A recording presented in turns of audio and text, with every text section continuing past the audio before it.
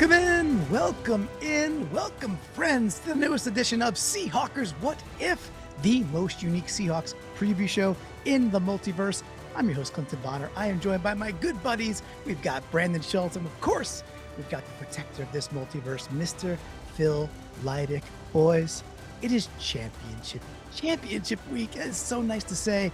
And boys, we're playing a foe that we know really, really well. For many years, there's so many nooks and crannies to uncover in this game. We're going to be previewing it all. If this is your first time ever to Seahawkers What If, it is our preview show.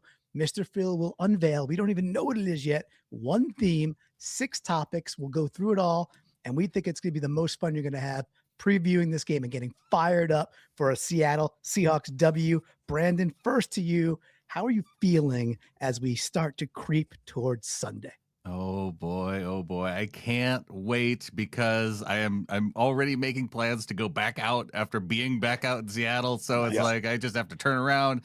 It's the playoffs, guys. And, an 8-hour drive from Montana to Seattle is not going to stop me from making back-to-back weekend trips, especially when it is our division rivals that we're facing in the playoffs, and it's going to be a lot of fun with this matchup coming up against the Rams. Cannot wait. Mr. Phil, you had a house party, you had some friends and family over to watch the dismantling of the 49ers, and then we get to watch Caleb almost pull off a miracle, sort of a miracle, but not the whole miracle. And then the Chicago Bears, Ben Johnson doesn't like field goals, and so maybe he's with you on that one. So he doesn't like points, and I like points. I like points to come from football players. That's the only difference.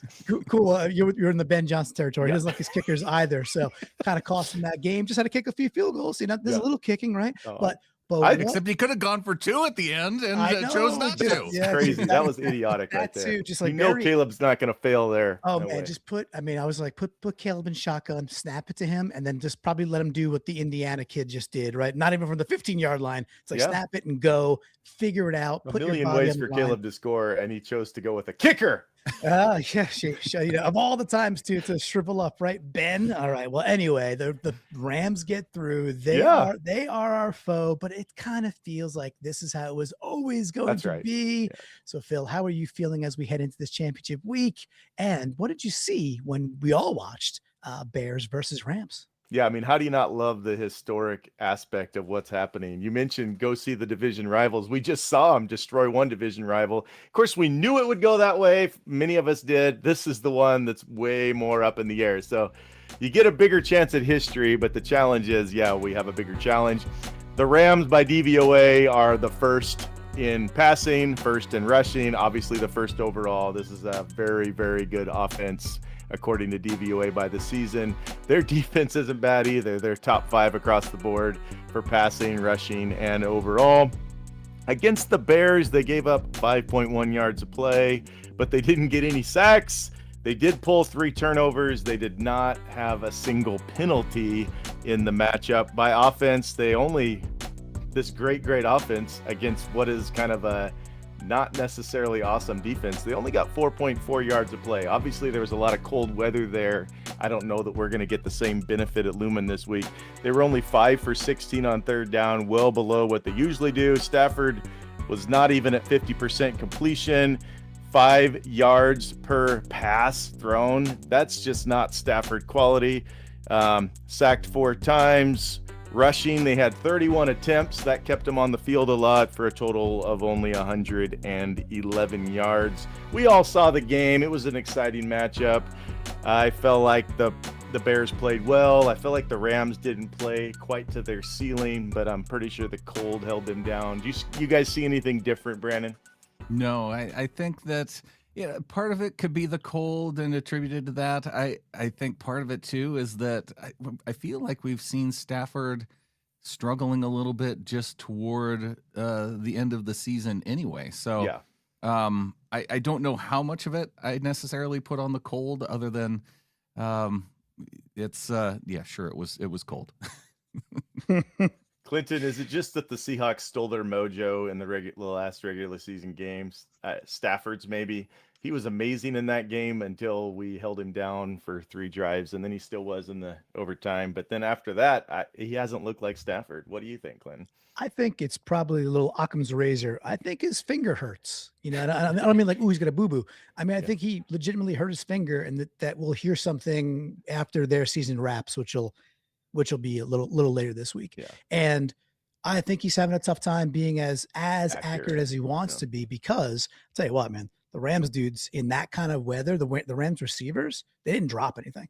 No. They were the week before when Nakua dropped one and to let the Panthers in it, and Colby Parkinson had the drops down the stretch before he caught the game winner versus the Panthers. They didn't drop anything. They gave and Stafford still went like 20 of 40 with a couple of like really almost like 50% chance balls a dude's going to catch it. Devontae Adams one along the sideline really comes to mind. The other thing too is kudos to Chicago's defense. Their DBs played phenomenal. Yeah. And Brisker was all over the place. It looked like Brisker, who I think is number 6 for Chicago.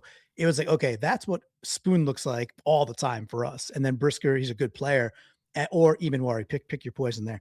But I was like, okay, we have dudes just like that, but we've got to be a lot tighter with how we cover compared to the last time when Stafford and Puka ripped us apart. But I'm sure, Mr. Phil, that'll come up today as we preview, Rams at Seahawks. The Bears pass rush was doing much better than I expected. Yeah. And Stafford had some amazing throws. Like, who else can throw that? And then he had some that I was like, how did he miss that? It was a roller coaster with him. Maybe he was just feeling like Caleb, he's like, you could say that and be like, that's what Caleb Williams does. But Stafford was that kind of inconsistent, which is not usually his bag. Yeah. But we're going to talk about this NFC championship matchup, and it's all about who's the best. In my mind, the winner here is the best team. The winner here proves they are the best team in the National Football League. Different weird things might happen in the Super Bowl, but the team that wins this game should, if things go right, win the Super Bowl. Reminds me a little bit of when the tip game, of course, whoever won that, I felt like was the best team, even though, in that case, the Broncos had that number 1 offense, but overall, well-rounded, all around best team. I feel like it's this one. So what if we prove who's best of the NFC best? We've already kicked out that third kind of JV one of the teams, and then we have a fourth team that, they're almost an NFL team. But these two teams have throughout the season looked like the best. So everything has to do with best. We have, and I don't even remember who gets to go first this week. I'm so confused now. I think we're back to Clinton. Cool. We have best shot, best players, best wishes. You're the best. You're the best. And simply the best. I don't think anybody wants me to sing that line. And then best effort. Clinton, 6 choices. Where will we go first? Oh, wow. There's a lot of great here. Love the theme. I always have to tell you when I do. Okay, look, man, you might not want to sing it, but I'll praise you and I'll say, Mr. Phil, you are better than all the rest. You're simply the best. Let's go there. That is just kind of a fun line, isn't it? You want to try to sing it, but nobody else around wants you to hear. Clinton, what if you declare where the Hawks have clear matchup advantages that can be leveraged? Are there any places where the Rams have direct matchup advantages? You decide where we're going first with that, Clinton. Okay, I'm going to go first to what also might be the most important part of this entire game. And so that is our Seahawks advantages. Our Seahawks have, I think, a sizable advantage running the football against this Rams front and this Rams linebacking core. Which people love to praise, Landman, et cetera, and he's fine. And maybe towards good, but he's not the fastest dude. He's he's a tackling machine. Yeah, okay, instinctive. Yeah, okay. But I don't think he's like Pro Bowl material. I just don't. Yeah, exactly. Ungettable, right? So I don't see that. Look, the maturation of our run team, and it's cool to get practice against what is a weak ass 49ers squad, especially defensive front. So it was cool to get back-to-back practices where we could just jelly it. But I think folks forget, some folks do, we ran the ball really successfully both games versus the Rams, both times. And where are we peaking as a team? I think we're peaking in the showcasing of our athleticism in the wide zone concepts. I think it's come together at the right times.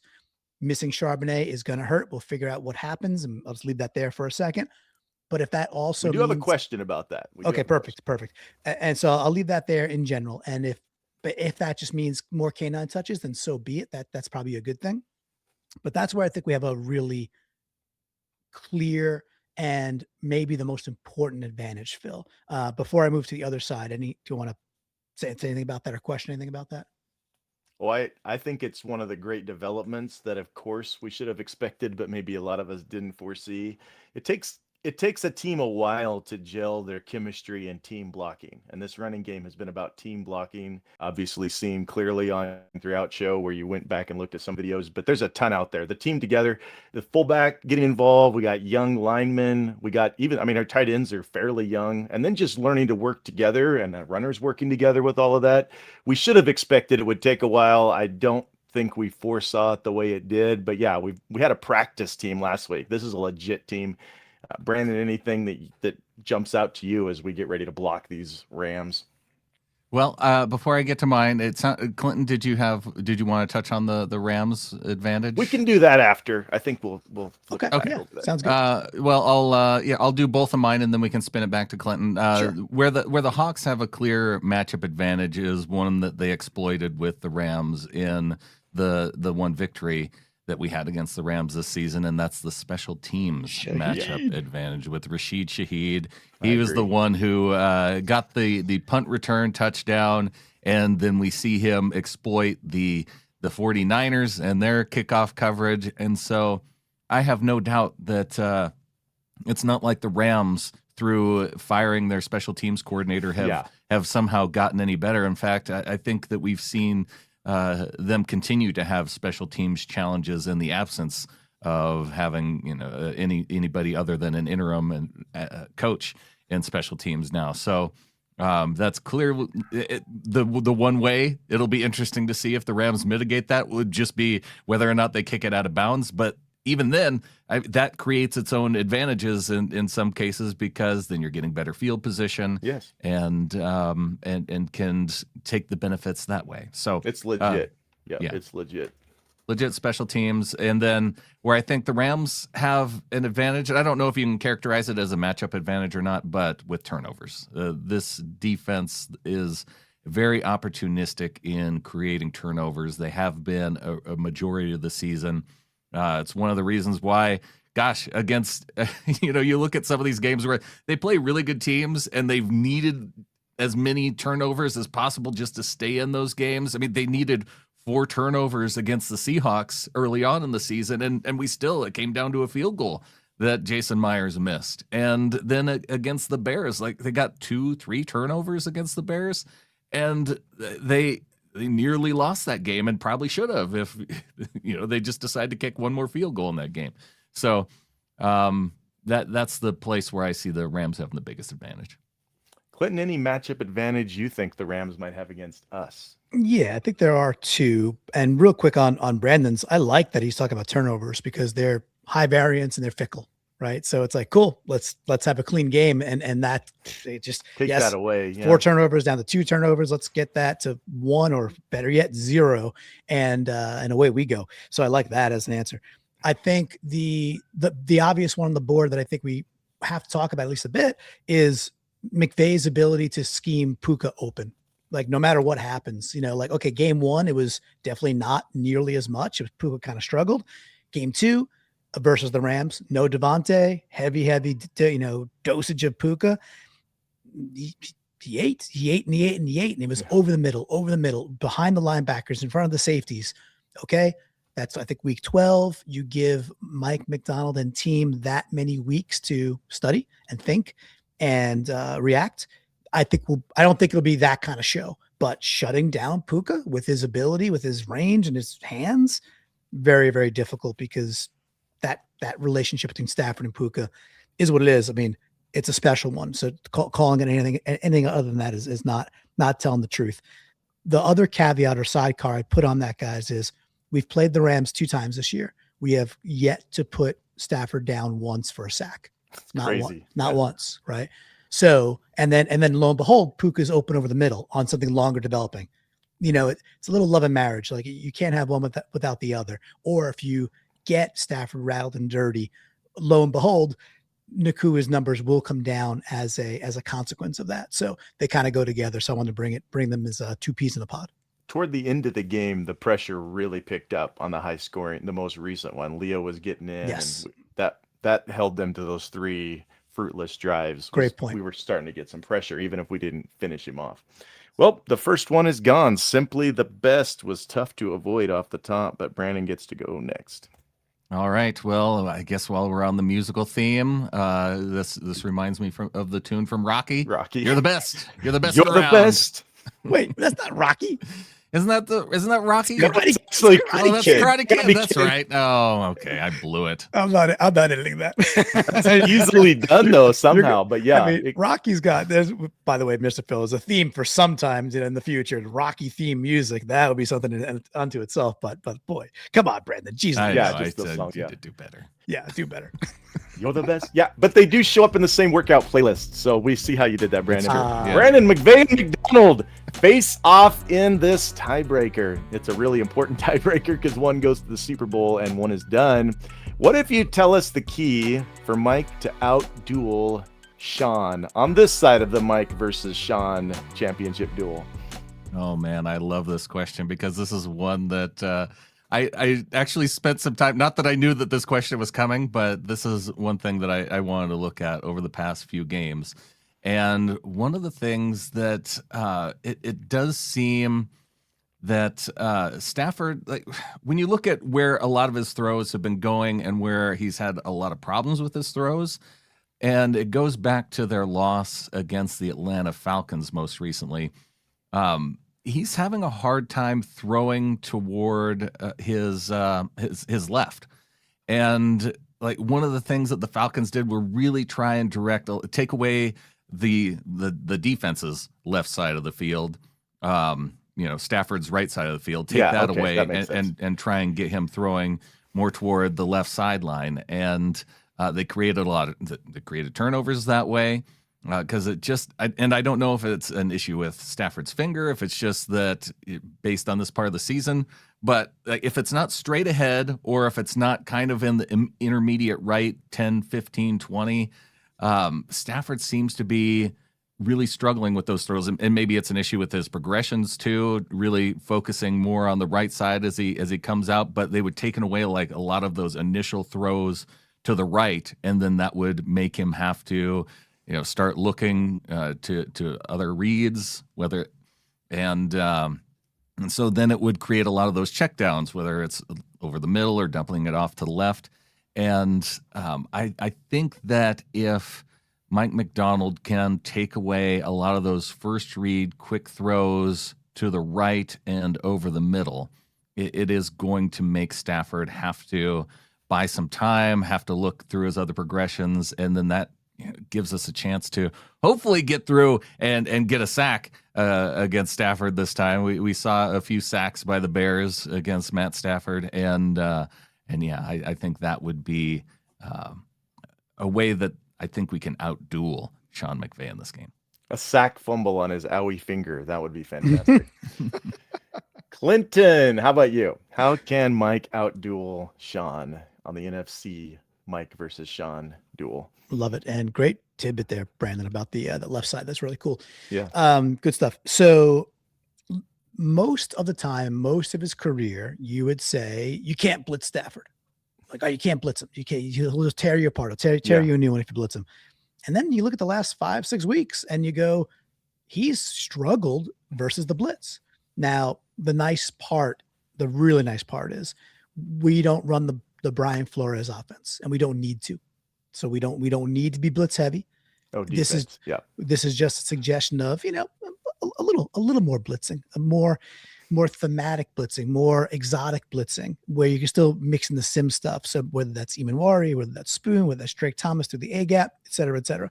One area that I think can be exposed with the blitzing, essentially, is we run these overload concepts quite a bit, where we stack 3 dudes to one side, right? Defensive lineman. So it's still a four-man front, but you end up seeing like Leo, Reed, and DeMarcus Lawrence. My God, good luck, by the way. And like they're overloaded to one side, and then you got like Hall on the other side. Very, very cool. Cool. It's a it's a classical defensive front. The dude, so McClendon, who's their right tackle, who stepped in and played well all year. He's been good. He kind of filled in, wasn't sure who would be the right tackle for the Rams, and then he kind of outperformed all year. He got worked. He got worked in this Bears game. And I think it was Booker who just kept working him. And Booker's a nice player. I like Booker a lot. I think it's Austin Booker. He's good.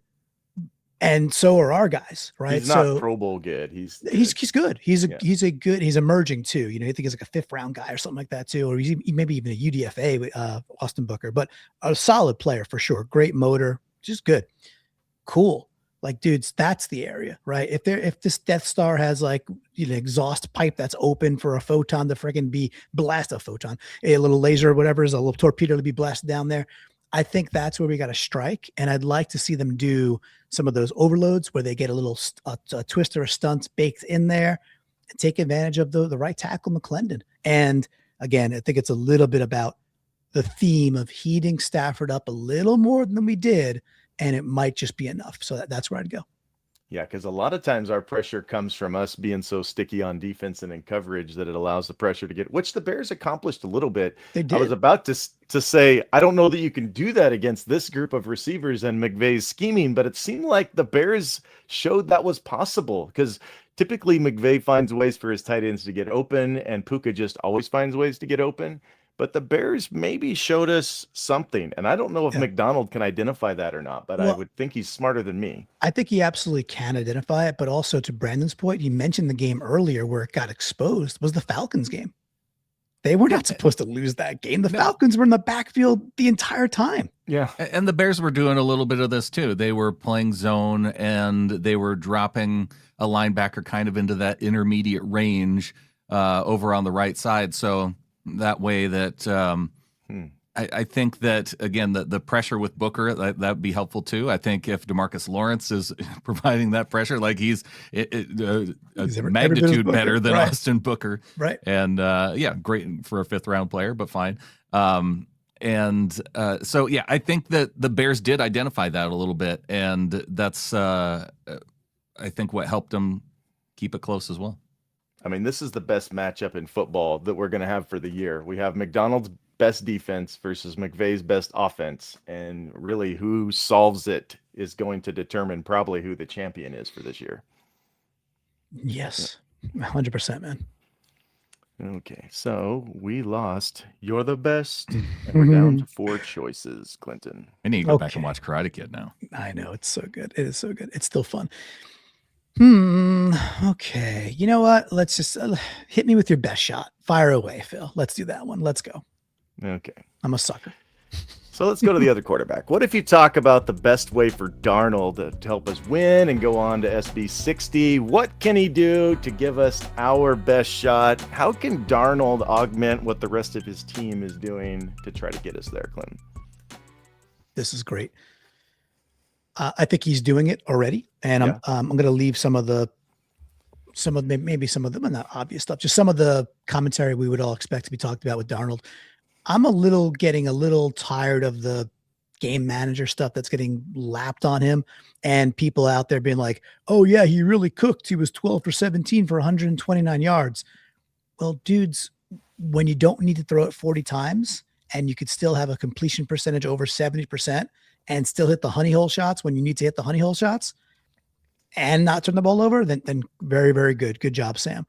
I think this game, be a bit more specific about this game, I think this game is going to require, or it'd be really, really cool, advantageous, if we do get something over the top back in this game. Some over the top shot, maybe to Shaheed, maybe to JSN. They tried Shaheed earlier in the game. Down the right-hand side. He put that inside instead of outside. So frustrating. That really irritated me. It wasn't, nothing there. There. He'd have given Shaheed a shot if he'd have put it. I mean, like it didn't have a shot. That's what I meant to say. Yeah. The other space is also Kubiak has been doing some really cool stuff, getting K9 into space, right? For receptions. Yes. We had that wheel Last game route too. Yep, exactly. We had that wheel route where Cooper Kupp gets the nice rub at the line there, and he's wide open. Sam misses him by a smidgen, and K9 comes down with an awesome catch. That could have been 6 also. So maybe it's not so much over the top. I think we're going to be able to scheme a few opportunities open for But some. K9 dominated in the last Rams game. I'm not talking about our last playoff game. The last Rams game. K9 in the passing game was a stud. Yeah, he was. And now again with Sharp's gone, it's just, well, the ball's going to be in K9's hands more often than it would have been, right? So that's what I'm looking for, dudes. It's like when Darnold gets that opportunity to have a big chunk play touchdown. Yeah. That it's like, oh, dude, he did it. Cool, man. It's not check the box. It's like celebrate that, because the other stuff he does, a 3rd and 10 to Bobo, hitting Cooper Kupp for 20 yards after we just lose, we get to 2nd and 20, you know, a nice progression where he gets to his 3rd read and dumps the ball off to Salbert.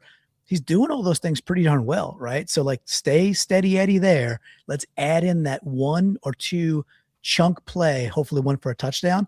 And dude, I think we're celebrating all night Sunday night. I agree, because in this matchup, I think we're going to need him to be just a little more. Don't push too far, but I agree. He needs to hit those moments when he gets a chance. Brandon, how about you?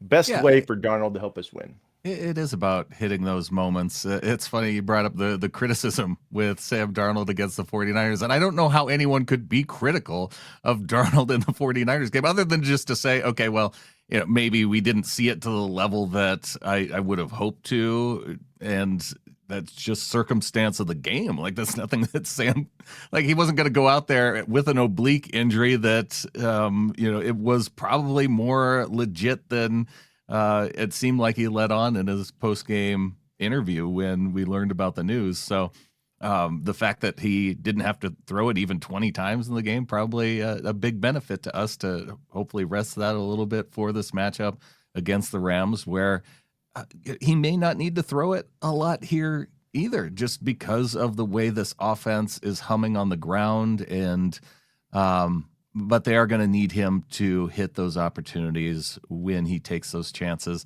I'd like to see us go back to the JSN deep shots, because that's, you mentioned Shaheed. Yeah, he's the speed guy, but JSN is the navigate the ball in the air guy, and he can track downfield just about better than anybody I've seen. So if the injury is an issue for him and it might be limiting on his accuracy, although it didn't seem like it was limiting his accuracy on that play to the back of the end zone with Jackson. So, but if it does happen to impact that, JSN would be the guy who could, work his body position and get some of those big plays downfield, because I think that will be important in this game. So, make the most of those opportunities.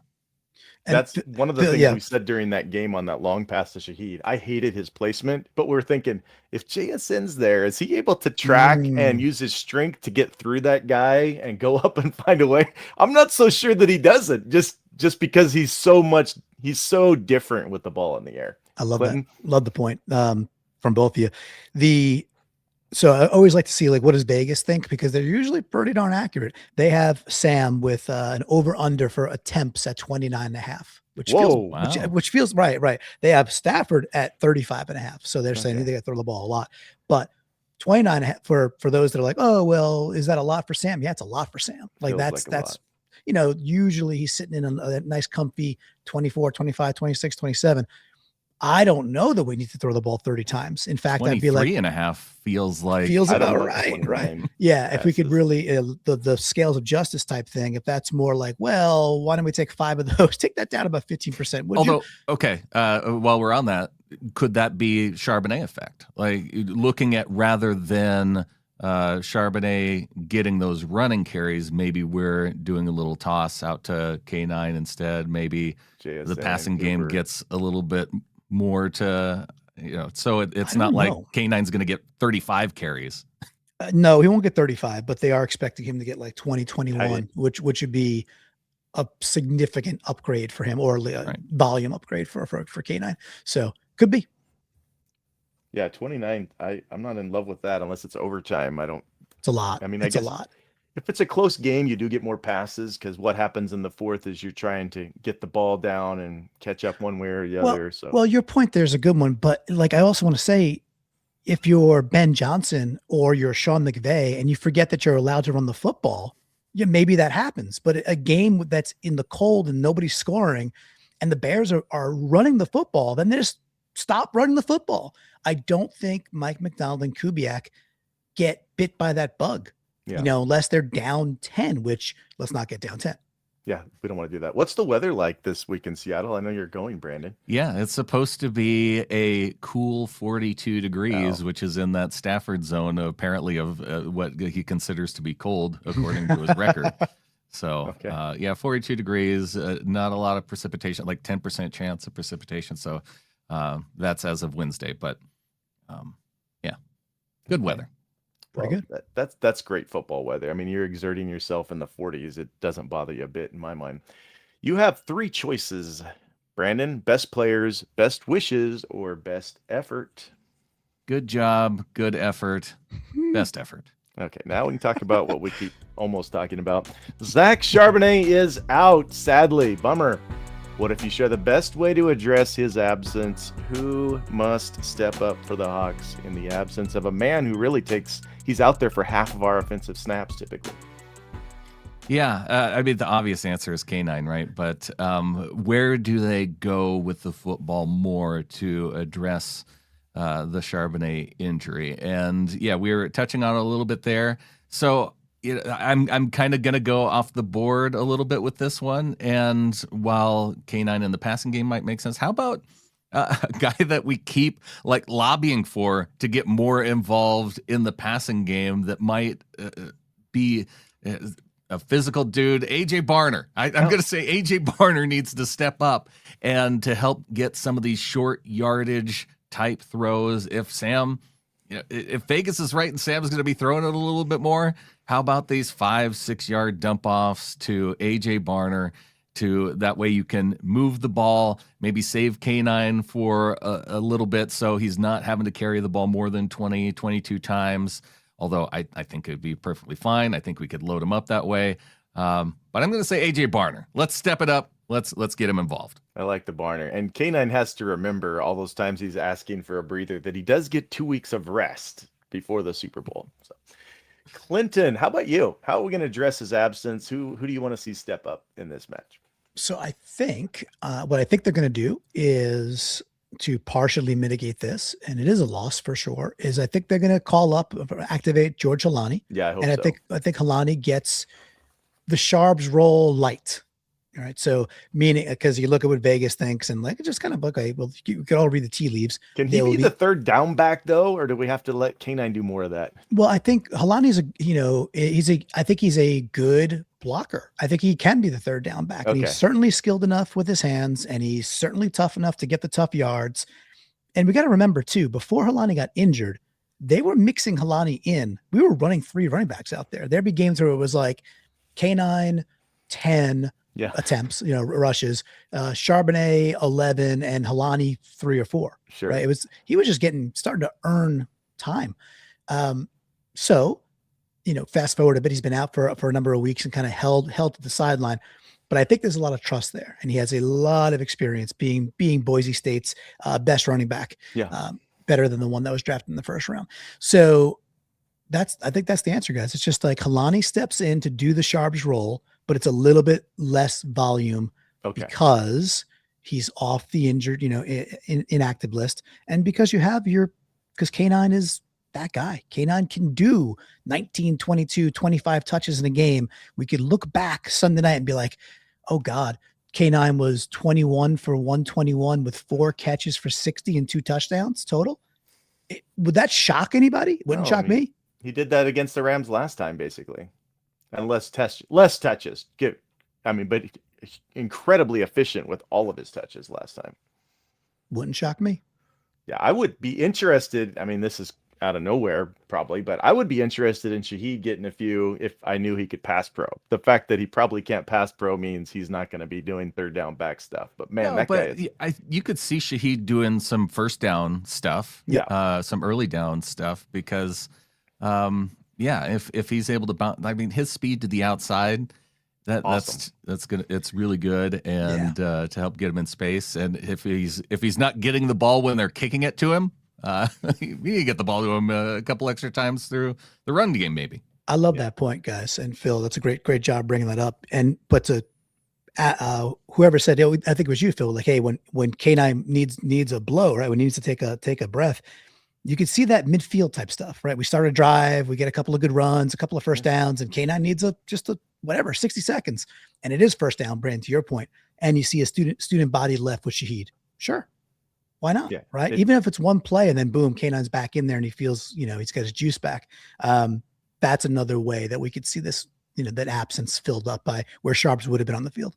Sadly, Kupp doesn't have his old speed he never was a speedster, but the Rams used to pull him into the backfield just because he was so awesome at pass pro and he could run the ball. But, he's gone the way of where we all go and lose a step a little bit. So no one's going to be afraid of him receiving a handoff if you put Kupp back there. That's correct. Unfortunately, but he can handle the other aspects of it for sure. And he has. Well, the best effort, we expect George to give his best effort. K9 needs to give his best effort. Damn, we're definitely going to miss some of the skills that Sharps has. We have two choices left, though, Clinton. Best players, best wishes. Well, I'm going to leave one on the board because I think it's more fitting for the last one. And that's how 50-50 choices work. Math is magic, as Adam says. All right, I'm going to go with best wishes. What do we wish for? Okay, I really thought you were thinking, because we are a wish show, you were going to leave that last. I totally missed the clue. But this is a very, very important topic that we haven't jumped into much, and it's kind of one of the keys to football, of course. Share your biggest wish for trench play. Pick one side, your co-host will cover the other. What's your big wish for the trenches? You choose our offense or our defense, Clinton? I'm definitely choosing our offense. And no, look, I love our D-line. But if we're talking about wishes, there's one of them gives me an expectation that they've told me for now. What's our record total? 16-3. Is that right? Is that correct? 15-3? 15-3. So in 18 games, I have a good inkling what the defensive line is going to do. The offensive line, the wish is that, let me try to be as specific as I can with this. They built a very specific offensive line. They built an athletic offensive line geared towards running the wide zone appropriately, running it effectively. And they paired that with wide receivers and tight ends like Salbert, and we know Barner, who could really do their role extremely well, so you can get to the wide zone. So my wish is, when we look back at this film, we're looking at Zabel and Sundell in space, and we're like, dudes, like we're just sitting, we know it when we see it type thing. We watch a couple of plays where they're duo blocking, and then one of the guys is climbing to the second level and he's there in time. And we just see these runs over and over and over where K9 or whoever it is isn't really getting touched until 2 or 3 yards downfield. Like we just see that. And that would be, if again, it's like these things, Phil, that if we see these things, these kind of biomarkers early in the game, it bodes really, really well for us. We built a specific type of run offense. I want to see that. The execution's been magnificent. I want to see its best it's ever been in this game. And I think the opportunity is there. Well, it needs to be. These guys have more skill at avoiding those reach blocks than the Niners do. So they're going to have to step it up a little bit. I think just about everybody but Abe, even including Bradford, we see them get out and connect on these reach blocks a lot. So as huge as the man is, everybody but Abe, we see game after game them get out there and attempt it. The Rams might be able to avoid it. If they can't avoid it, they're cooked. Brandon, so you're going to go to the defensive side. What's your major wish for our defensive line in this matchup? Yeah, I'm glad you saved this one for me, Clinton, because this is one that I teetered on with bringing up in the early coach versus coach question. And that is my wish for the defensive line to have fewer than 5 runs that go for 4 yards or more on first down specifically. Okay. Because one of they the killed things us with that last game. That's a great call, and it's like they get these on first down. They don't get a first down, but they get these 7 or 8 first down runs that are 6, 7, 8 yards, and then it opens up the playbook for them on second and third down to where, are they going to throw another run at you, or are they going to throw a quick pass? Like it feels like it opens up Sean McVay's playbook so much to have when he gets those first down runs that pick up that put him into short yardage. And so if they can turn that around, and I do believe that they can limit those first down runs by Kyron Williams and Blake Corum, that it'll give our defense a better shot at defending those second and third downs and they've done an amazing job stopping the run over the course of the game. But specifically, I think back to that Rams matchup, and it was a problem. It was awful. I'm so glad you mentioned that, because that was the most frustrating thing. And really, you see how the Rams are number one rushing by DVOA, because when they do it, they're so good at blocking it up. And it was incredibly, like, nobody else was doing that. They were blocking everybody, and all Kyron had to do was hit that hole. He had a little momentum. He'd smash for 2 or 3 more when he's hitting somebody on the second level. And it happened on first down. It seemed like until the fourth quarter, they did it constantly. And I don't know if Sean stopped running. I can't remember. I should have gone back and watched. I apologize, everyone. Did those 3 drives where we shut him down, did Sean stop running, or did we finally figure out how to stop their run game? Do you remember, Clinton? I think it was the latter. I think they were still trying to run the ball at least a bit. And McVay does do that, though. He's kind of known for that, right? Just kind of getting frazzled and stopping running the ball. But I just think we stepped up in general. Whether it was like run blitzes that were working, I don't recall either. I just remember those 3 drives in a row, we were getting penetration that like we hadn't gotten all game, whether that was run or a pass play, right? So I think they still tried to run it, and we just shut it down. Yeah, looking at the fourth quarter of the last box score, there were a couple Kyron Williams runs. And they tried to run it on first and second down with Blake Corum on one of their early drives. And that was right before the Rashid Shaheed punt return.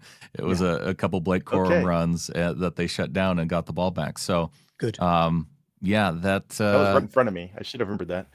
And so they were running a little bit. There was a penalty that put him behind the sticks that kind of took him out of it on another drive too. So yeah, early on in the fourth they did, and then they got away from it late in the fourth. But that was a function of time because they had 2 possessions in under 4 minutes.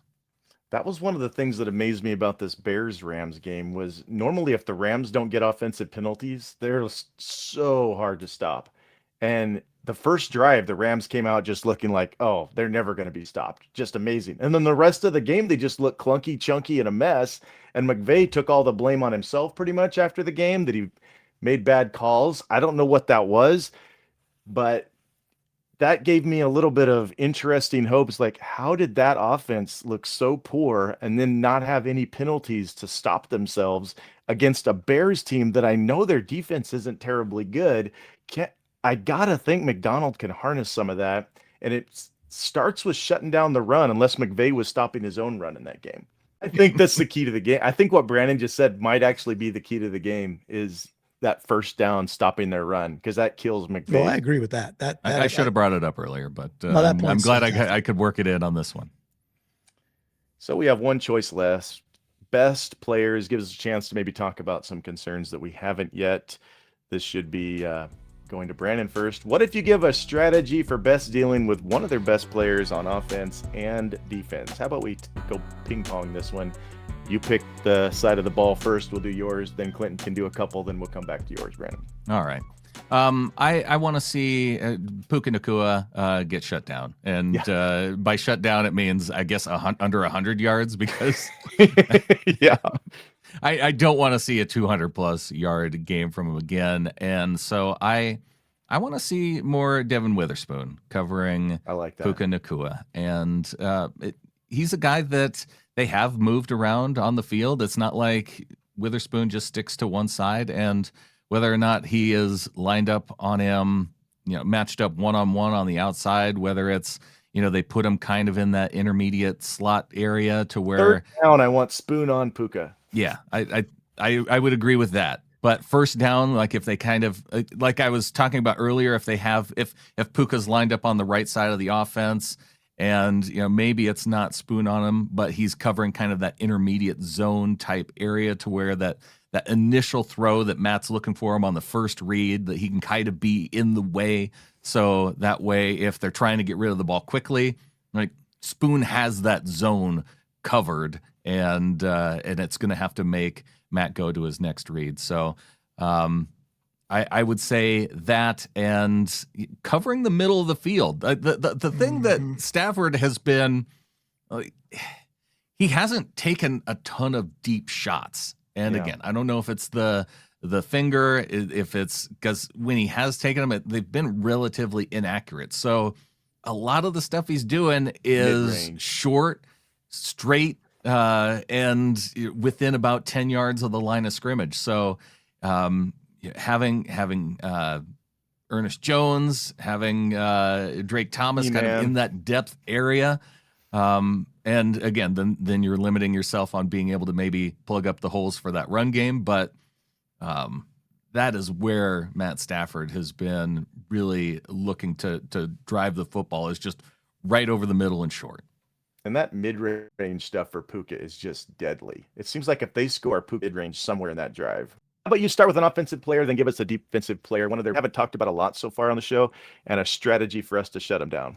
Okay. Yeah. So I think the area that is that the media likes to fawn over, I guess they invented 13 personnel. Did you guys know that? But they've got 3 good tight ends, right? So that with Parkinson, with Ferguson, and Higbee, they do present a problem. And whether they're in 12 or they're in 13, Terrence Ferguson, I don't think played last time, or certainly missed the first game with us because he was injured.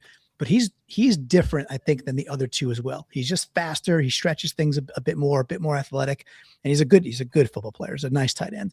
So, but I love to kind of piggyback on Brandon's point about the middle of the field being exposed, and when they're in 12 and or 13 and passing the ball, which they will do, they'll do plenty of it.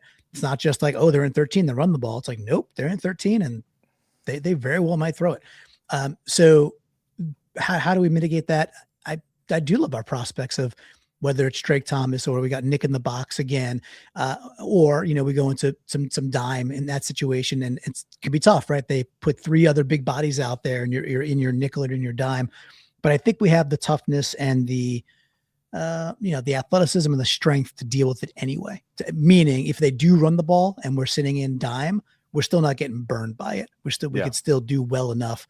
Because Stafford and McVay were killing Bryant last game they were tricking him into the wrong locations a bunch. It was the worst game I've seen him play. It was a little rough. It was rough on several areas. So that's where I'd focus. Like, they're going to use that 12 and 13.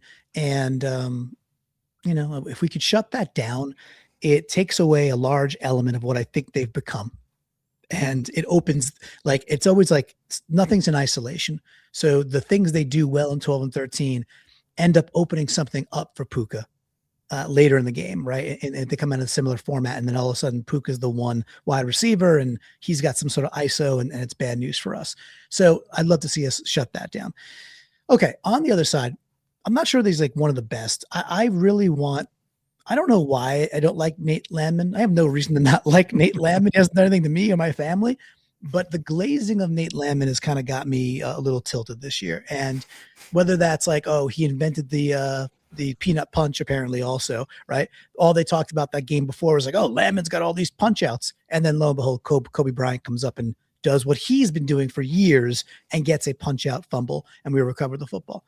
I want to see us exploit these linebackers. I don't think they are great. I just don't think they're great. I think the way in which McVay exploits the middle of the field against us, when I think we have a really good DB room, we have really good linebackers, I don't see why we can't give them a taste of their own medicine. So, Brandon, if that's back to more Barner, if that is more Cup, dare I say more Bobo, and we're between the hashes and we're working, I think Landman is an okay linebacker who's having a nice year. I don't think he's that fast. I think we can get him some mesh concepts over the middle where we get JSN in stride and he's running away from dudes like that. Man, Phil, that's what I'd like to see. I mean, people love Landman. They're really jazzed about him. What about Lake too? I mean, everybody raves about him as being Well, he's a good nickel. Yeah, he's a good nickel, right? You posted a great article about like how important the nickel is in modern defenses in our Discord earlier today. He's a good nickel. Okay. Yeah. I don't think he's a world beater. I'm more worried about him than Landman, I guess, but I just don't think he's a world beater, but I also think, if JSN's on him a bit, JSN's been, he could be in the slot. He could be in the backfield. He could be wide out. Obviously, you could put JSN really anywhere.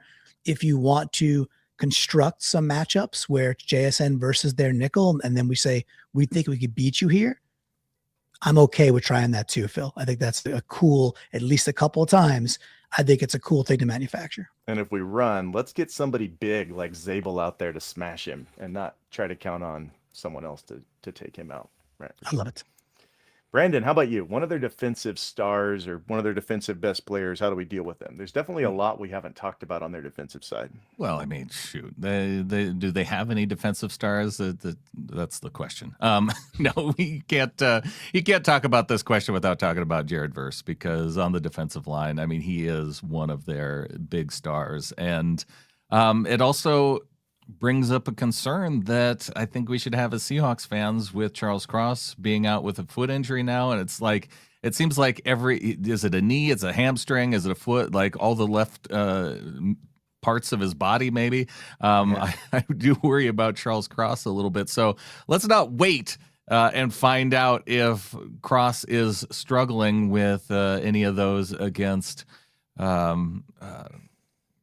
in going up against Jared Verse. Like, let's make sure that we're chipping him early, whether it's lining up Barner on that side. Like, let's give Charles some help early, just so we don't find out that Jared Verse is going to wreck this. And while I'm talking about pressure on the quarterback, which Verse is doing a very good job, beware a little Cameron Curl, because the dude over the last couple games has more pressures than Byron Young.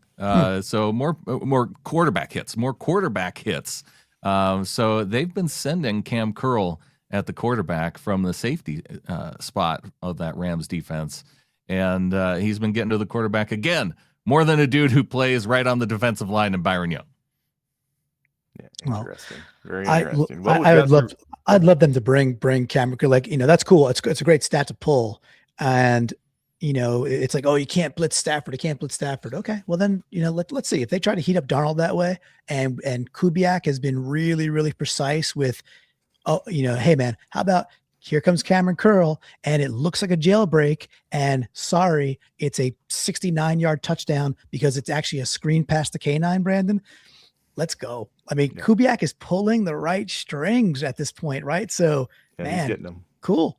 Go ahead. Yeah, but that's also what Kobe Turner ended up with an interception previously too, right? They bring down somebody, a drop out of defensive lineman, and then all of a sudden you're throwing it right into the body of a big man that you didn't expect to be there. That's precisely enough Rams talk. Well, we're still going to play the Rams, and we did our best wishes, but the real best wishes, where do the real best wishes come from? They come from our flock. In our Discord channel, they throw in their what if Super Hawks, and we did get some wishes in our little flocker wishing well. Let's read those. We got a lot. So Yokai broke the rule of wishes. You get 3. Sometimes, if you're at a wishing well, you can throw in 3 here and there. He did 3 and then he wished again. So I'm hoping that doesn't discount these wonderful wishes. His first 3, 6-yard toss left to Oots for a first down. That'd be fine as long as he doesn't do the one where he gets it and then he tries to pitch it to K9 like the Niners pulled. I don't want to see that play in our no thanks. Right. And then 2 Stafford turnovers. Love that. He also has squeaky hair gel, throws a temper tantrum. We'd like to see a big meltdown in the post-game press conference afterward. Amy, Jay deserves a 2-week reprieve. Yes, he does. Love that. Car, at first she said, hard. Yeah, here it is. Hard to decide on a wish for such an important game. I can totally see that. Designed. Okay. And then we have living the good life. Don't get ahead of yourself here. He's still very much week to week, and laughing. Everybody keeps wanting to talk about Jay Harbaugh. 12-man records win the turnover battle and shut the haters up. Car. Now she's ready to wish. Darnold gets revenge against the Rams after his loss to them last year, and finally proves he can be clutch in playoff games that matter. I know Car has been wishing for the K900-yard games, and she's been getting them, so now she's going somewhere else. I like that. Yokai, fourth wish. Again, I hope this doesn't reverse Jinka's wish.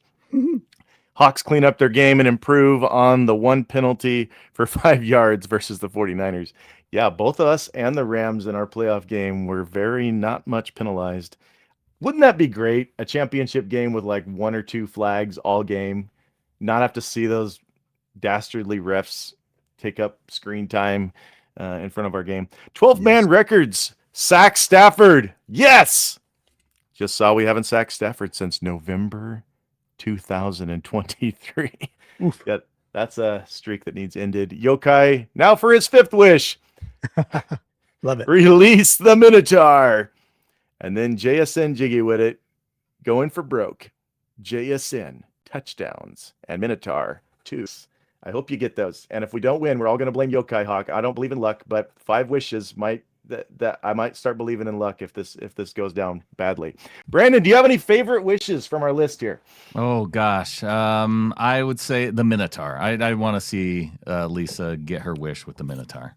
Yeah, sacks period. Then we all get wishes when we start getting sacks. How about you, Clinton? You have a favorite? I do. And if folks are like, well, who the heck's the Minotaur? That's in our little kingdom, our fiefdom, that's Derek Hall. So Derek Hall is affectionately known as the Minotaur. So if it's the first time you're hearing it, now you know. Yeah, man. So I think it was, I forget who said it, but the Sam Darnold redemption, maybe Car when she came back in after some reflection, the Sam Darnold, redemption arc. And why? Because that means we're really, really happy, boys. I mean, Sunday night, we're sitting there thinking about the road trip back to Santa Clara. And that's where I want to be. That's my favorite in the wishing well. And for our final wishing well, which we'll do probably here in a couple weeks, or I don't know when we're going to do our Super Bowl What If show. Brandon, how can people get into our Discord so they can toss these highly important wishes into our wishing well? Yep. If you're out on YouTube, you can hit the join button. You can join the flock through YouTube and help support the show that way. The other way you can do it is by going to getintheflock.com, help support the show there, and gives you easy access to the Discord link. It gives you ad-free episodes, and whether or not you plug that into your podcast, wherever you listen to it, your favorite place to listen, you can do that through the link at getintheflock.com. And yeah, just you'll get the link to the Discord. You hang out on game day. It's a lot of fun. And we got our own Flocker wishing well in the What If channel. So now we get to your wishes. Last week, Clinton wished for 180 yards rushing. We just about had it, right? I think it was 175. Yeah, very, very close. I'll take that. Yeah, it's very close. And then cross, no pressures from Brandon. I think that was very close as well. Did you happen to see if you got that one, Brandon? I forgot to check before. I actually didn't look either. I want to say we got that. Feels like we got it. There was that. I mean, Darnold didn't have that many attempts, and I don't remember him under a lot of pressure except for from K9 giving up a terrible one. But it seems like I'll have the answer for you shortly. But okay. We can hear wishes. I'll have the answer though. Okay. Clinton, your What If Superhawk for this NFC Championship matchup against our big-time rivals, the Rams. Yes. Okay. It's going to be a little specific, but now's the time of year for this, right? What I really, really want, and I think it'll matter a ton, is I want 3 sacks on Matthew Stafford in this game, at least 3 sacks, but I'm putting a big sidecar on one of these. I want one of those sacks to result in a turnover. So, some game-changing thing, which, of course, any turnover in the NFC Championship is pretty game-changing. 3 sacks, one of which is a big field-tilting turnover, and Lumen is going absolutely ape-you-know-what after that play.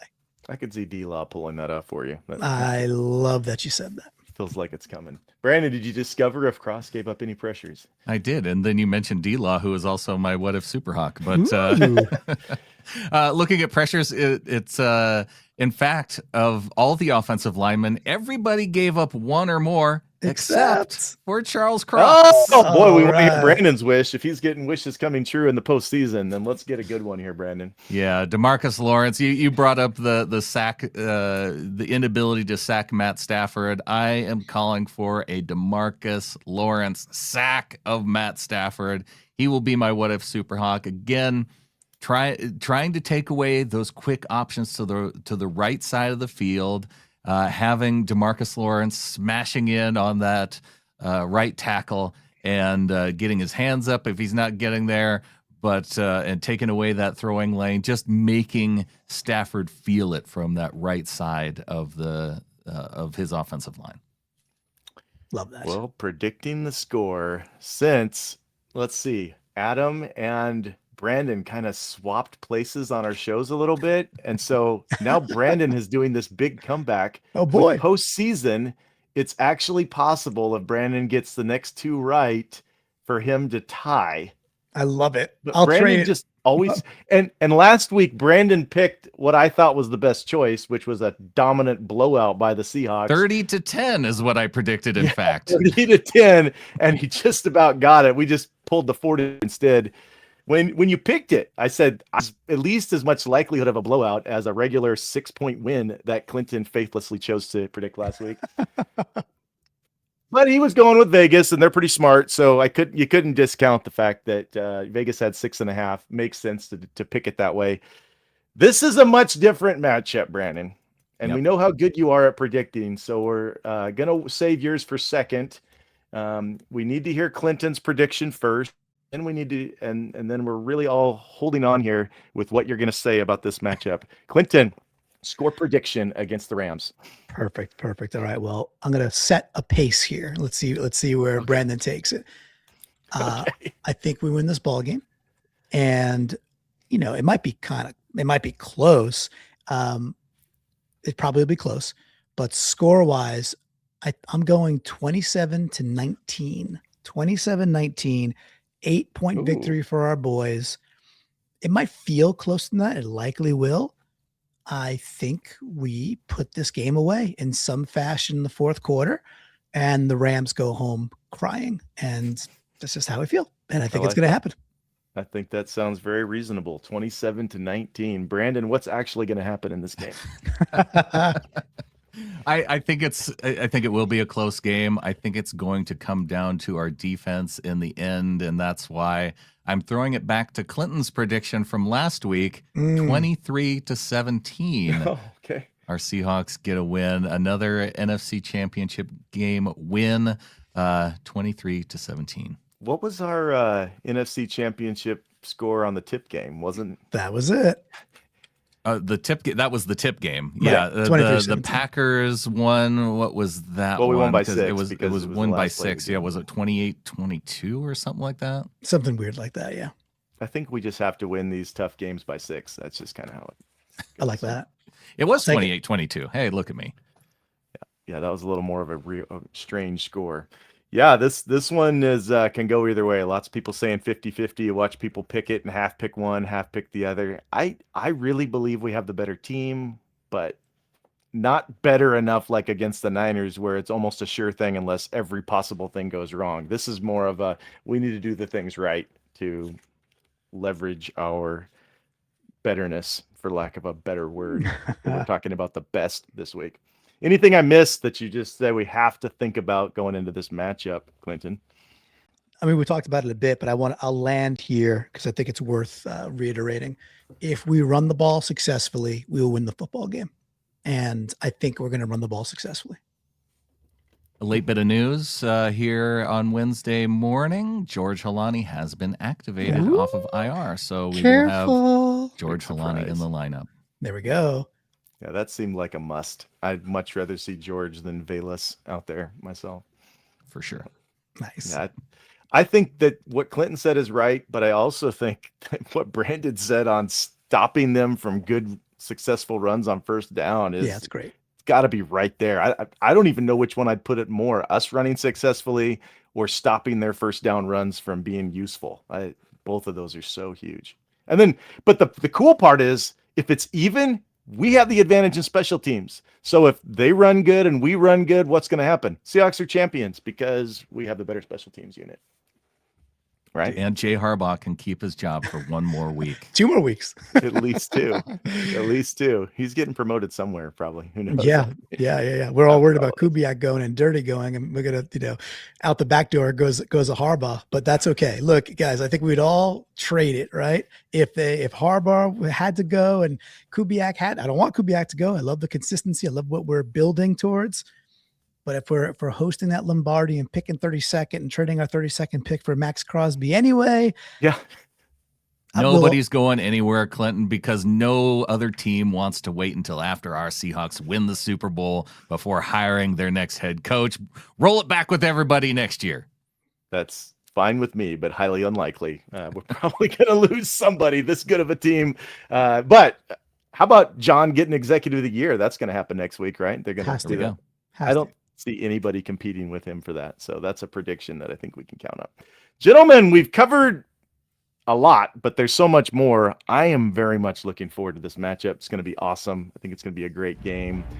But with that, Brandon, what if we say, go Hawks. Go Hawks. We're the best around. Go Hawks.